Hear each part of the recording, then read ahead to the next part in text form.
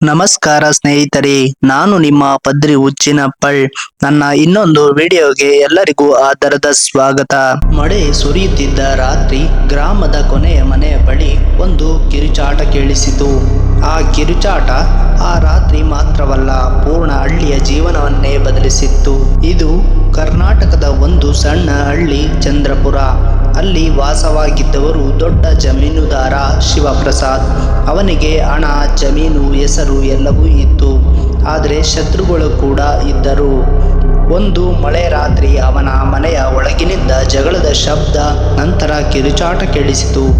ಬೆಳಗ್ಗೆ ಮನೆಯ ಬಾಗಿಲು ತೆರೆದಾಗ ನೆಲದ ಮೇಲೆ ರಕ್ತ, ಒಡೆದ ಗಾಜು, ಆದರೆ ಶವ ಮಾತ್ರ ಕಾಣಿಸಲಿಲ್ಲ. ಈ ಕೇಸನ್ನು ತನಿಖೆ ಮಾಡಲು ಬರುತ್ತಾರೆ ವಿಕ್ರಮ್ ರಾವ್.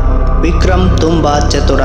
ಅವನು ಮೊದಲು ಮನೆಯ ಪ್ರತಿಯೊಂದು ಮೂಲೆಯನ್ನು ಪರಿಶೀಲಿಸುತ್ತಾನೆ. ಅವನಿಗೆ ಕಾಣಿಸಿದ್ದು ಗೋಡೆಯ ಮೇಲೆ ರಕ್ತದ ಚುಕ್ಕೆ, ಕಿಟಕಿಯ ಬಳಿ ಪಾದ ಚಿಹ್ನೆ ಮತ್ತು ನೆಲದ ಮೇಲೆ ಒಂದು ಚಿನ್ನದ ಉಂಗುರ. ಆ ಉಂಗುರ ಶಿವಪ್ರಸಾದನದ್ದು ಅಲ್ಲ. ವಿಕ್ರಮ್ ರಾವ್ ತನಿಖೆ ಆರಂಭಿಸಲು ಬಂದಾಗ 3 ಜನರ ಮೇಲೆ ಅನುಮಾನ ಹುಟ್ಟಿತು. ಅವರು ಶಿವಪ್ರಸಾದ್ ಅವರ ಮಗ.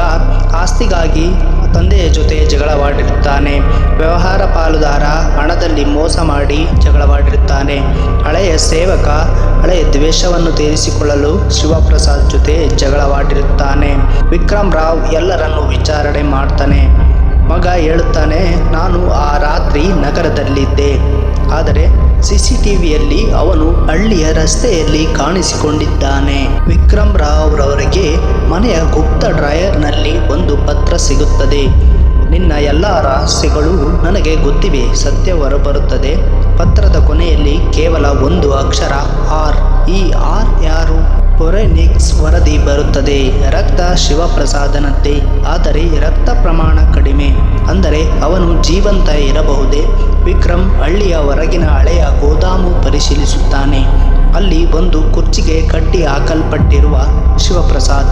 ಅವನು ಜೀವಂತ, ಆದರೆ ಭಯದಿಂದ ನಡುಗುತ್ತಿದ್ದಾನೆ. ಶಿವಪ್ರಸಾದ್ ಹೇಳುತ್ತಾನೆ, ನನ್ನನ್ನು ಬೆದರಿಸಲು ಯತ್ನಿಸಿದರು. ನನ್ನ ಹಳೆಯ ಅಪರಾಧ ಹೊರಬರದಂತೆ ನಾನು ಹೀಗೆ ಮಾಡಿದೆ. ಹೌದು, ಶಿವಪ್ರಸಾದ್ 10 ವರ್ಷ ಹಿಂದೆ ಒಂದು ಭೂಮಿ ವಿಚಾರದಲ್ಲಿ ಮೋಸ ಮಾಡಿದ್ದಾನೆ. ಆ ಮೋಸದಲ್ಲಿ ಒಬ್ಬ ರೈತ ಆತ್ಮಹತ್ಯೆ ಮಾಡಿಕೊಂಡಿದ್ದ. ಆ ರೈತನ ಮಗ ರಾಹುಲ್, ಅದೇ ಆರ್. ರಾಹುಲ್ ತನ್ನ ತಂದೆಯ ಸಾವಿಗೆ ಪ್ರತೀಕಾರ ತೀರಿಸಲು ಪ್ಲಾನ್ ಮಾಡಿದ್ದಾನೆ. ಆದರೆ ಅವನು ಕೊಲ್ಲಲು ಬಯಸಲಿಲ್ಲ. ಅವನು ಸತ್ಯ ಒಪ್ಪಿಸಿಕೊಳ್ಳಿಸಲು ಬಯಸಿದ. ವಿಕ್ರಮ್ ರಾಹುಲ್ ಅನ್ನು ಬಂಧಿಸುತ್ತಾನೆ. ಆದರೆ ಶಿವಪ್ರಸಾದ್ ವಿರುದ್ಧ ಹಳೆಯ ಕೇಸ್ ಮತ್ತೆ ತೆರೆಯುತ್ತದೆ. ಗ್ರಾಮದ ಮುಂದೆ ಶಿವಪ್ರಸಾದ್ ತನ್ನ ಅಪರಾಧ ಒಪ್ಪಿಕೊಳ್ಳುತ್ತಾನೆ. ಹಣಕ್ಕಾಗಿ ನಾನು ಒಂದು ಕುಟುಂಬವನ್ನು ನಾಶ ಮಾಡಿದೆ. ಗ್ರಾಮದಲ್ಲಿ ಎಲ್ಲರಿಗೂ ಗೊತ್ತಾಗಿ ಗ್ರಾಮದಲ್ಲಿ ನಿಶ್ಶಬ್ದವಾಯಿತು. ಅಂದರೆ ಈ ಕಥೆಯ ಸಾರಾಂಶ ಇಷ್ಟೇ. ಪ್ರತೀಕಾರ ನ್ಯಾಯ ಅಲ್ಲ, ಆದರೆ ಅನ್ಯಾಯದ ಫಲ ಒಂದು ದಿನ ತಪ್ಪದೇ ಬರುತ್ತದೆ.